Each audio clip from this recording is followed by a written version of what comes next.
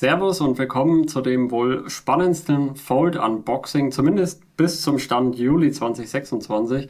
Paar Folds kommen ja dieses Jahr noch, aber ich habe hier ganz neu jetzt das Vivo X Fold 6. Und warum das für mich das spannendste Foldable aktuell am Markt ist und vielleicht sogar schon für dieses Jahr, erzähle ich euch natürlich gleich noch. Aber ich habe natürlich nicht nur das Foldable zum Unboxen, sondern auch entsprechend aus meiner fotografischen Historie, sage ich jetzt mal, natürlich das Spezialcase von Vivo, mit dem man entsprechend dann auch die G2-Linse, also das 200 mm Konverter-Objektiv, würde ich es mal nennen. Es ist ein Konverter, aber viele bezeichnen das ja als Objektiv, was rein technisch eigentlich falsch ist. Aber super, super spannend. Ja, also 200 mm an einem Foldable und das erste Fold mit überhaupt einem Konverter, also zumindest Originalkonverter vom Hersteller. Was ich aber auch gespannt bin, wie die hier entsprechende blaue Version ausschaut, war für mich auf jeden Fall die spannendste Farbe von den Farben, die so verfügbar waren. Gekauft habe ich das Ganze bei Trinity Electronics in Hongkong, aber ihr könnt es mittlerweile auch zum Beispiel bei Trading Shenzhen kaufen. Ich verlinke es euch unten gerne und ihr wisst ja das ganze Thema, wenn ihr über mich da bestellt, dann kriege ich halt eine kleine Provision, würde mich natürlich freuen. Aber genug geredet, wir fangen an mit dem Unboxing. Los geht's!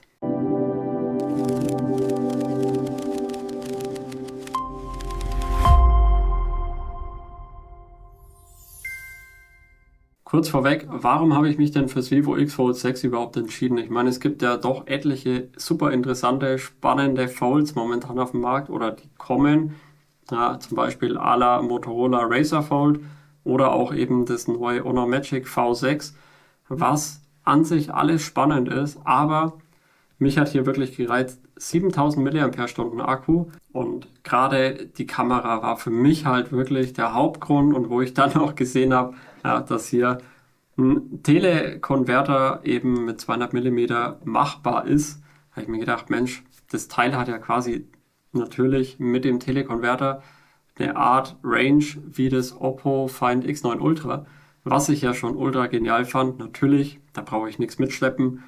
Hier habe ich halt einen Extender, den ich mitschleppen muss. Ob ich das mag, weiß ich noch nicht. Ich hatte bisher noch keinen, aber ich denke schon, dass ich den immer mal wieder mitnehmen werde, wenn halt die Situation das gebraucht. Zum Beispiel bei irgendwelchen Sachen wie ich bin in Daytona zu dem NASCAR Racing dann im August. Entsprechend wäre es da super interessant, muss ich ehrlich sagen. Super spannendes Thema.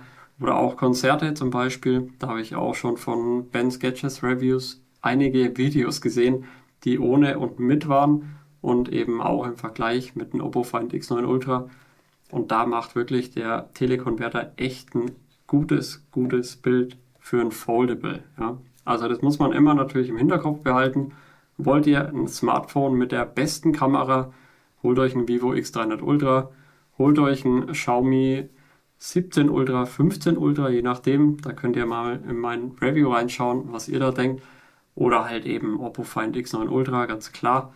Da war ich ja auch so von der Kamera-Performance bis auf diese Feuchtigkeit halt super, super begeistert. Wobei in den Kommentaren steht ja schon, wie man das Ding auch löst, dass die Feuchtigkeit rauskommt, dann wäre das erledigt gewesen. Aber ich bin wirklich gespannt auf das hier heute und wie gesagt, Akku-Performance vor allem auch mit den 7000 mAh. Und damit würde ich sagen, fangen wir an und wir gehen in den Top-Down. Ja Leute, ganz kurz noch zu Beginn, warum habe ich hier diese iD Club und auch diese 9eSIM hier liegen? Ja, das soll jetzt keine Werbung sein, aber ihr kennt das Thema ja vielleicht mit euren Vivos oder Importgeräten aus China generell. Die haben halt keine eSIM. Hier habt ihr eine normale SIM-Karte, hier und hier 9eSIM oder iD Club, eins von beiden. Dazu werde ich dann noch ein Video machen. Dazu habe ich schon ein Video gemacht, verlinke ich euch mal unten mit rein. Und da werde ich auch wieder die Affiliate-Links von Amazon mit reinstellen. Die kosten so um die 20 Euro. Und da habt ihr eben eine physische SIM-Karte, die schiebt ihr in euer Vivo, Oppo und so weiter rein und könnt dann per App eSIMs draufladen. Die bleiben auch drauf. Das heißt, wenn ihr die SIM-Karte rausnehmt und ihr schiebt die in ein anderes Smartphone zum Beispiel rein oder in euren Hotspot oder Tablet, wie auch immer, könnt ihr die SIM-Karte auch entsprechend nutzen. Und das finde ich halt super praktisch, gerade wenn eben ja, wie jetzt hier bei den Vivo-Geräten halt keine eSIM mit an Bord ist. Okay, legen wir los. Natürlich zuerst mit dem Vivo X Fold 6. Von daher würde ich die zwei Sachen mal ein bisschen hochschieben. Und wir öffnen das Ganze mal. Ich weiß jetzt gar nicht, hier oben, genau, haben wir ein Pull-Tab. Sehr schön. Machen wir das Ganze hier mal auf. Bin schon echt gespannt, wirklich, wie diese Farbe jetzt gleich ausschauen wird. So, dann ziehen wir das hier hoch. Da ist schon mal das Vivo X Fold 6. Das legen wir jetzt mal noch kurz zur Seite. Ja, und ich sag mal, China-Smartphone typischer Lieferumfang, ja, das Ganze mit einem Power-Adapter natürlich dabei, der entsprechend Fast Charge 100 Watt bieten würde. 80 Watt schafft eben das Vivo X Fold 6 und 40 Watt Wireless. Entsprechend sogar mehr Power als es hat. Ein USB-C auf USB-C Adapter. Dann haben wir hier wahrscheinlich wieder ein Case mit dabei. Ja, das ist halt auch wirklich so Smartphone-typisch für China. Da haben wir noch irgendeine Karte mit irgendwelchen Infos und einer Rufnummer dabei. Aus China, das brauchen wir natürlich nicht.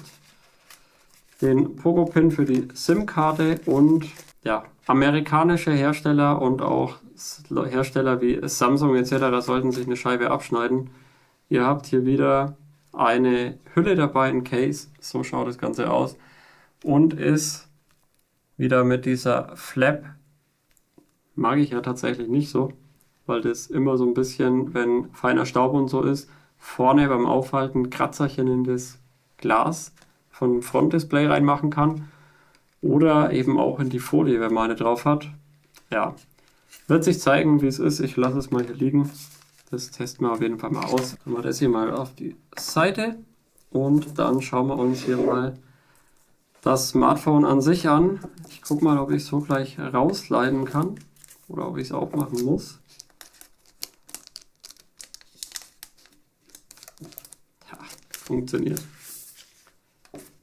Oh ja, also das schaut wirklich, wirklich sehr, sehr, sehr schön aus, muss ich sagen. Die Farbe, also seht ihr das? Wow.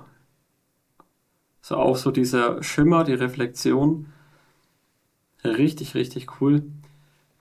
Ich zeige es auch nochmal hier auf der Seite mit dem Falz und die ist wirklich fast nicht sichtbar. Warte mal, ich kippe das mal so, dass ihr das auch gut seht. Ja. Also natürlich, man sieht es immer ganz leicht. Und ich zeige es euch auch nochmal hier in der Frontkamera, da sieht man es nämlich auch nochmal besser. Aber wirklich nicht dramatisch, ganz ehrlich. Und hier ist nochmal die schöne türkis-grüne, blaue Rückseite. Türkisblau eigentlich eher. Also gefällt mir richtig gut. Kamerabump wie immer, völlige Geschmackssache. Was ich aber jetzt schon sagen kann, was mir echt gut gefällt, sind die runden Ecken, also die Abrundungen hier. Das haben sie echt diesmal schöner gemacht, finde ich. Und eine Sache, die mir gleich auffällt, die Selfie-Kamera im Display schön oben rechts verstaut. Warum macht es nicht jeder? Also ich finde es persönlich super praktisch, weil gerade wenn ihr das Gerät dann so haltet oder eben so, je nachdem wie ihr es halten wollt, dann habt ihr halt hier zum Beispiel ein YouTube-Video und ihr habt die Kamera halt einfach nicht im Bild drin. Ich verstehe es nicht. Ich finde es super gut, super praktisch und ich brauche sie eigentlich eh nicht, aber ist halt natürlich mit dabei. So, dann gucken wir mal die erste Faltung des Smartphones. Ja, das sieht richtig, richtig cool aus. Ich hatte irgendwie gedacht, das ist hier Silberfarben, aber das ist ja tatsächlich auch dieses Türkisblau. Wirklich sehr, sehr, sehr schön. Also kann man echt nichts sagen. Ich zeige es euch hier in der Front nochmal, da sieht man es meistens einen Ticken besser von der Belichtung her. Schaut euch das mal an. Also richtig, richtig cool. Und natürlich auch hier der riesen Kamerabuckel. Ja. Also doch, doch, gefällt mir richtig, richtig gut. Schöner Formfaktor, muss ich ehrlich sagen, so wie es in der Hand liegt. Ich mag halt den Kamerabumper. Ich habe hier meinen Finger. Das stabilisiert das Smartphone einfach ein bisschen. für mich optimal. Die Kameras sehen auf jeden Fall optisch zumindest schon mal größer aus wie bei anderen Foldables. Haben auch relativ große Sensoren für ein Foldable drin. Also da bin ich wirklich sehr, sehr gespannt. Wir klipsen jetzt mal noch die Hülle, die Originale mit drauf. Ja, ja. Also ist jetzt nicht mein Geschmack, das muss man wirklich dazu sagen. Aber sie sieht jetzt auch nicht hässlich aus oder so. Also trifft halt einfach nicht so meinen Geschmack. Die Hinge ist halt gut geschützt. Und jetzt kommt quasi das, was ich immer nicht so mag. Ich zeige es euch mal. Zwar, wenn man das jetzt auffaltet, dann faltet quasi dieser Hinge-Schutz so über das Display hier mit drüber. Ja, das ist wirklich was, wo ich immer, also da stellen sich mir wirklich die Nackenhaare auf, weil wirklich ein kleiner Fussel oder ein kleines Körnchen und das reibt halt schön über das Frontdisplay drüber. Ja, ist Geschmackssache. Also meins ist es nicht, aus Erfahrung leider, muss ich sagen. Aber man muss auch sagen, meckern auf hohem Niveau. Vivo, dass ihr eine Hülle dabei habt und die halt auch noch qualitativ hochwertig ist und schön verarbeitet ausschaut. Passend zur Farbe vom Gerät. Top. So, wir lassen das Ganze mal hochfahren. Und während das jetzt hochfährt, packe ich jetzt hier mal die Hülle noch aus für das Kamerakit. Die ist ja erfahrungsgemäß leider in Silber. Also ist halt einfach so diese Farbgebung von Vivo und Zeiss zusammen. Genau, aber das sieht, also gefällt mir optisch das Silber tatsächlich besser, als ich es in den Videos erwartet habe, muss ich sagen. Doch, gar nicht so übel. Also wenn ihr euch das hier anschaut, ja, sieht gar nicht so schlecht aus, auch wieder mit dem Hinschutz. Ja, es ist wirklich Geschmackssache. Ich muss gestehen, ich habe diesen Hinschutz schon mal mit einem Cuttermesser bei einem Galaxy Fold weggeschnitten.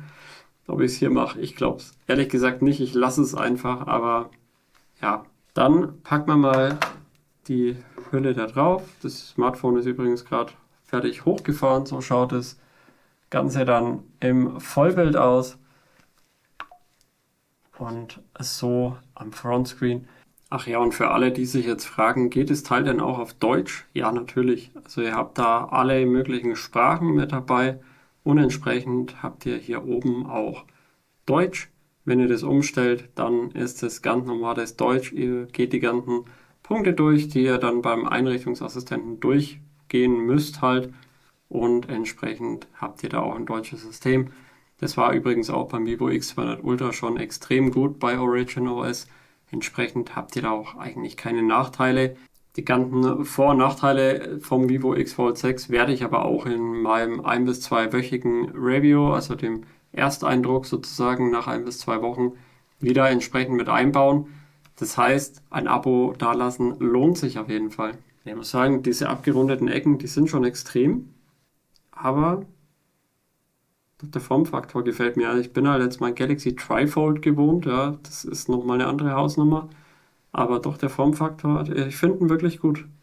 Ja, und ich finde auch diesen Action-Button, den sie ja hier noch mit dran haben, gut. Da habe ich ja auch beim Oppo Find X9 Ultra schon so Kamerabefehl drauf gehabt. Top. Sehr schön. Ja, es ist nicht das dünnste Foldable übrigens, aber meiner Meinung nach dünn genug. Also das ist natürlich auch wieder so Meckern auf hohem Niveau. Aber ja, also ich brauche nicht unbedingt das dünnste. Die haben hier 7000 mAh Akku verbaut. Also Hut ab, Vivo, ohne Witz. Und wir verbauen jetzt mal hier noch das Kameracase. Klippen das hier an. Ja, gefällt mir auf jeden Fall sehr gut. Macht halt einfach so kameramäßig so eine andere Optik. Wie gesagt, Silberfarben. Bisher auch keine anderen Farben geplant, den Leaks nach. Und ja, passt aber eigentlich auch ganz gut dann, sage ich mal, zu dieser türkisblauen Farbe dazu.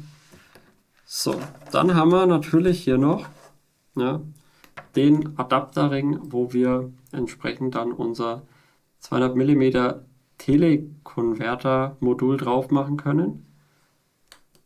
Übrigens Metall, also sehr, sehr hochwertig. Wir schrauben das Ganze mal drauf. Wie bei den Kameras. Hier ist ein Pfeil, da ist der Punkt. Das rastet sauber ein. Es wird übrigens, schaue ich mal gerade, ja, es werden übrigens die Ultraweit und die normale Kamera verdeckt. Das heißt, wenn ihr damit wieder fotografieren wollt, was eh Sinn macht, weil ja hier der Konverter dann so raussteht, dann müsst ihr das wieder abmachen und halt den Standardring wieder drauf. Nicht weiter dramatisch, muss man halt bedenken, dass man nicht einfach mal so umschalten kann, weil halt auch das lange Objektiv im Endeffekt oder der Konverter entsprechend dann im Weg wäre. So, und den packen wir jetzt entsprechend auch mal noch aus. Die 200 mm müssen aufs Vivo X Fold 6. Ich bin echt gespannt. Das ist mein erstes Telekonverter-Objektiv für ein Smartphone.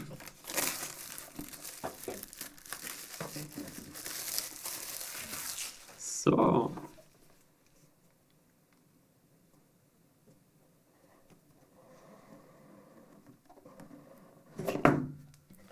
Jawohl. Und da ist es, wow, okay, kleiner als erwartet. Ja, also wenn ihr euch das mal anschaut, ja, diese riesen Verpackung, und ihr müsst nur festhalten, dass es nicht rauskippt, und dann dieses doch kleine Objektiv, verzeiht mir, dass ich immer Objektiv sage, ich meine natürlich Telekonverter, um es genau zu nehmen, aber lassen wir mal die Kirche im Dorf, würde ich sagen. Aber wow, das ist heftig. Also richtig schwer. Jetzt habe ich leider meine Waage nicht da, sonst hätte ich es mal kurz gewogen. Aber ordentlich schwer. So schaut das Ganze dann aus. Ja, Vivo und Zeiss. Richtig, richtig schwer und aus Metall. Puh, Wahnsinn, okay. Krasses Ding.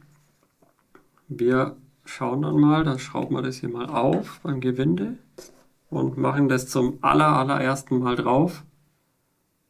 Hier ist der Punkt. Ja, so schaut es aus. Es ist doch schon irgendwie, also sorry, ich meine, ich habe schon viele Reviews gesehen, aber es ist schon surreal, oder? Sind wir doch mal ehrlich. Habt ihr schon mal jemanden in freier Wildbahn mit sowas rumlaufen sehen? Also ich ehrlich gesagt nicht. Und es macht echt ordentlich Gewicht, also muss man wirklich sagen, also wenn man sich das auch anschaut. Und jetzt natürlich das Spannende, ja, ihr könnt es natürlich so aufklappen, aber dann fühlt sich sogar gar nicht mehr so übel an, muss ich sagen, aufgeklappt. Cooles Ding. Also richtig, richtig krass, muss ich ehrlich sagen, also Wahnsinn. Ja. So ein Oschi da. Geil. Na, da freut sich mein Fotografenherz. Ja, sehr coole Geschichte, wirklich. Kann man echt nichts sagen. Jetzt schauen wir mal, was da noch drin ist. Ich lasse das mal kurz so. Und wir schauen mal noch, was hier noch mit dabei ist. Naja, das sieht nach einem Ersatz. Bajonettschutz und eben Frontschutzdeckel aus. Sehr schön. Falls ich den doch mal verliere, was wahrscheinlich nicht der Fall ist, aber sicher ist sicher.